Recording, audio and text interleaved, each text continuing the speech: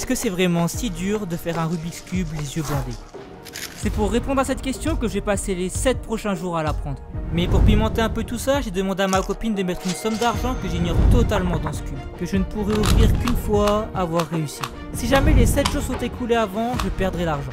Pour être sûr que je ne vois pas ce qu'il y a à l'intérieur, c'est avec ce cube que je m'entraînerai. Et avant ça, il faut déjà que je me rappelle comment le faire avec les yeux ouverts. Alors le Rubik's Cube, je sais le faire en temps normal. Première phase terminée. Mais à ce moment, ça faisait plus d'1 an que j'y avais pas touché. J'ai réussi à faire la première et la deuxième rangée. Et je me suis vite rendu compte que j'avais oublié quelques trucs. Du coup là, il faudrait que le vert ici, ce soit un orange et que le orange ici, ce soit un vert. Mais je me souviens plus de la formule pour le faire. Donc je suis allé voir un tuto et il faut croire qu'il m'a vraiment servi puisqu'à peine 5 minutes plus tard, j'avais réussi le Rubik's Cube. Ok, let's go. Alors ça m'a pris un peu de temps, il m'a fallu un petit tuto, mais ça c'est réussi. Maintenant on peut passer à l'étape suivante. Ça c'est un Rubik's Cube 2x2 et j'avais réussi à le faire il y a 1 an les yeux bandés, mais le problème c'est que je m'en rappelle plus du tout aujourd'hui. Donc j'ai plus qu'à apprendre à le faire. Alors faire le 2x2 les yeux bandés c'est loin d'être obligatoire. Mais comme je l'avais déjà appris, je me suis dit que ça pourrait être utile et que ça reviendrait sûrement rapidement. Sauf que pour ça, je vais avoir besoin d'un petit peu d'aide. Ce que je suis en train de faire là, c'est coller un post-it sur chaque face du cube dans un ordre bien précis, en commençant de la lettre A jusqu'à la X puisqu'il n'y a que 24 faces. Elles me permettront de mieux repérer l'emplacement final de chaque pièce quand le cube sera mélangé. Mais tu comprendras mieux leur importance un peu plus tard. En attendant, moi j'ai commencé l'entraînement et ça se passe pas exactement comme prévu. Putain, j'ai foiré. J'ai tout remélangé. Non. J'avais beau essayer encore et encore, à la fin le résultat était toujours le même. Oh, j'ai un connard. J'ai pas calculé le temps, mais je pense que j'ai fait un bon 3 heures d'entraînement là sur 2 jours. J'ai l'impression que je l'ai vraiment jamais fait. En fait, ce qui me frustre le plus, c'est que je l'ai déjà réussi. Quand je le réussissais vraiment à chaque fois, quand je l'ai pas juste réussi une fois. Et j'ai l'impression de l'avoir jamais fait là. Je me souvenais même plus de comment faire, de la théorie du truc. J'avais tout oublié. Et en plus, ça revient pas. Et c'est même pas la vidéo. La vidéo, c'est de faire le vrai Rubik's Cube. Oh là là. Alors pour que tu comprennes mieux pourquoi je galère, laisse-moi t'expliquer rapidement ce que je suis censé faire pour le réussir. Pour commencer, j'ai plusieurs choses à connaître par cœur. Premièrement, l'emplacement de toutes les lettres quand le Rubik's Cube est fini. Et c'est pour m'éviter ça au début que j'ai collé tous les post-it. Ensuite, il faut que je connaisse une série de mouvements, aussi appelée formule, qui me permettra d'interchanger le E et le V. Une fois que je connais tout ça, j'ai presque fait le plus gros puisque j'ai plus qu'un chemin logique à faire. Je vais toujours regarder en premier la pièce qui se situe en E et me demander où elle doit aller. Là en l'occurrence, c'est en J. Alors je déplace l'endroit où je devrais mettre mon J en V, puisque la formule échange le E et le V, tu te souviens? Puis je fais la formule et je le remets à sa place.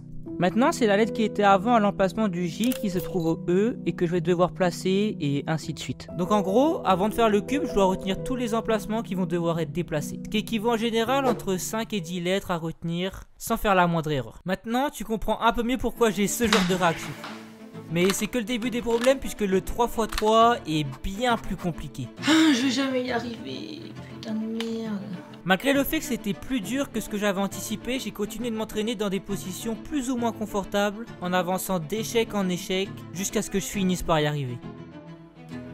Là, normalement, j'ai fini. Super.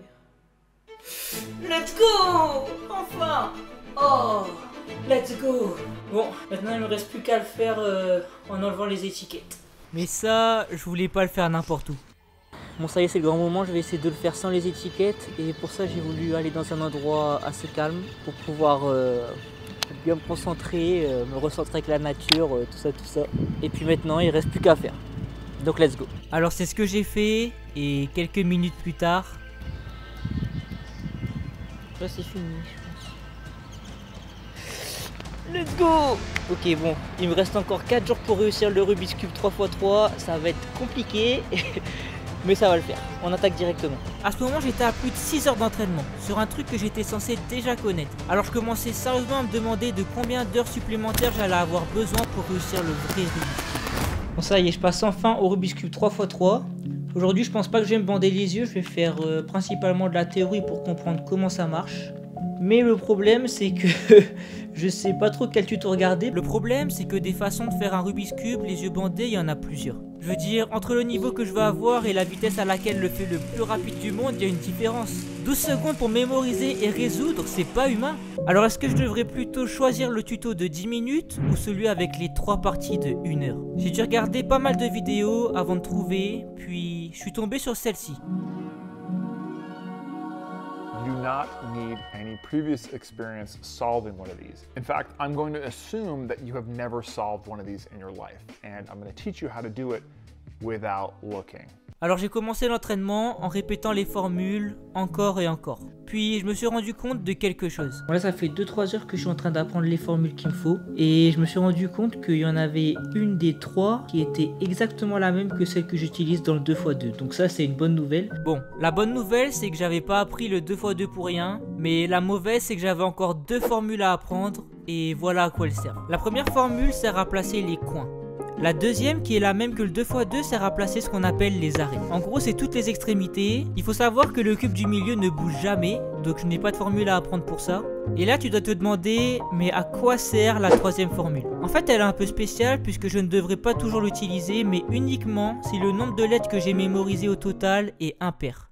Là, je suis refait, j'ai réussi à faire tous les coins. Donc, comme tu peux voir, c'est toutes les croix. Donc là, là... Là, voilà, je te fais pas toute la suite, mais je les ai toutes faites. Je vais arrêter là pour aujourd'hui parce que, regarde, même moi, tu me vois plus. Je suis content des progrès que j'ai fait. J'ai bien avancé et on se retrouve demain pour la suite. Pour 5, on est reparti pour refaire ce Rubik's Cube. Et peut-être qu'aujourd'hui, j'aurai le droit d'utiliser ça pour me cacher les yeux, mais j'en suis pas encore sûr. Donc là, but de la journée, refaire ce que j'ai fait hier et essayer de le finir entièrement les yeux ouverts. Et si j'y arrive bien, je pourrais essayer de le faire les yeux fermés, mais ça m'étonnerait que j'y arrive aujourd'hui. Ça m'étonnerait fortement. Et pour pouvoir le réussir les yeux ouverts, j'ai eu besoin d'un peu de matériel pour m'aider à retenir parce que... Juste pour faire les centres, enfin pour faire les croix partout comme j'ai déjà montré, il y a 11 lettres à mémoriser. Et il y a encore la deuxième partie qui est très longue. Voilà. Pour faire une moyenne, on va dire que sur le 2x2, c'est environ entre 6 et 8 lettres et 9 max à mémoriser.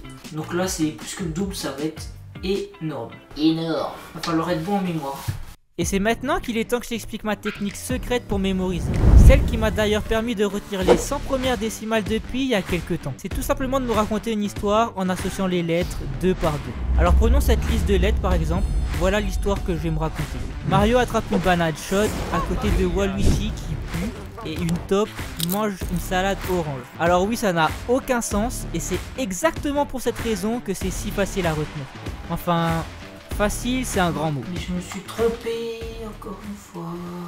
Oh. Les jours 5 et 6 étaient surtout destinés à me permettre de comprendre tout ce que je devais retenir sans jamais me bander les yeux pour pouvoir voir mes erreurs et les rectifier. Avec le bandeau, ça aurait été un peu plus compliqué. Donc j'écrivais toutes les lettres que je devais retenir d'abord pour les coins, puis une fois réussi pour les arêtes. Et à force de persévérance et après beaucoup de ratés, je l'ai réussi. Plusieurs fois. Le problème c'est que le jour final était sur le point d'arriver et que même si je l'avais déjà réussi en regardant et en découpant en 2 les étapes, j'étais encore très loin de pouvoir le réussir dans le noir complet.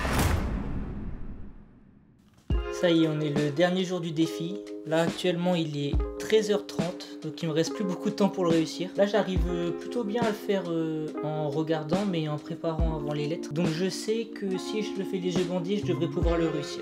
Et j'avais pas complètement tort en disant ça puisque quelques minutes plus tard, j'ai réussi. Elle est finie. Let's go! Let's go! Ouais, sauf que j'ai fait que la dernière partie les yeux bandés. Ça allait pas être si simple, mais c'était largement suffisant pour me donner l'espoir que j'allais y arriver.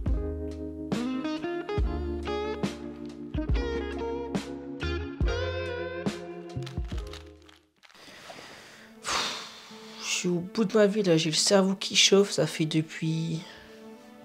Je sais même pas quelle heure il est là. Il est 17h30. Je suis dessus depuis 13h. Bon, je fais quelques pauses pour pas que mon cerveau il explose, mais voilà, ça devient complexe. Mais on lâche pas. Si je veux pas perdre ce qu'il y a dans le Rubik's Cube, je suis obligé de le réussir aujourd'hui, donc on va pas lâcher. Oh là là là là. À ce moment, ça commençait réellement à devenir dur de rester concentré. Je venais de passer plus de 4 heures d'affilée à faire du Rubik's Cube, mais je savais que j'en avais plus beaucoup devant moi pour pouvoir réussir, alors j'ai continué. Bon là il est 21h30, il me reste plus beaucoup de temps, environ 2h30, donc là ça va juste être du tryhard. Je vais en faire un max possible durant ce laps de temps, sachant qu'un max c'est pas énorme vu que ça me prend quasiment une demi-heure pour en faire un essai, donc ça me fait en gros 5 essais. Ça va être compliqué, mais ça peut le faire, franchement j'y crois.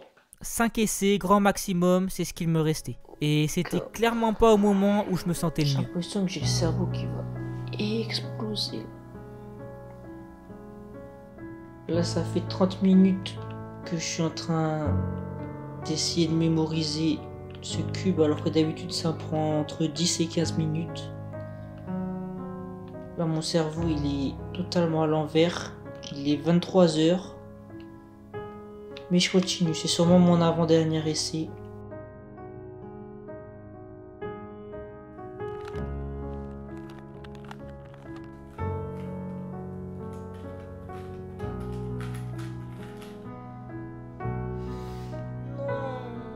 Bon ça y est, là ça fait une demi-heure que je suis dessus.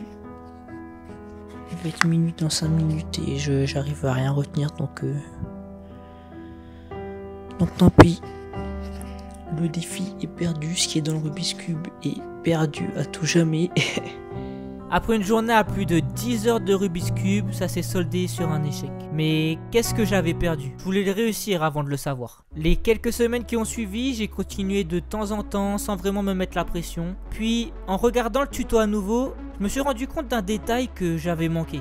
Quand je fais les coins, je ne dois en aucun cas bouger cette pièce. C'est ce que je faisais, mais aussi ces deux-là.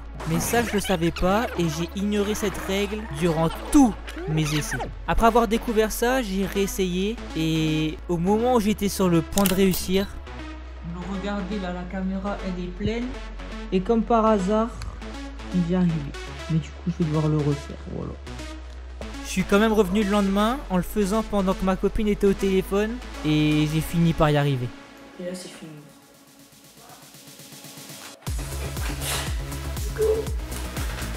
Enfin.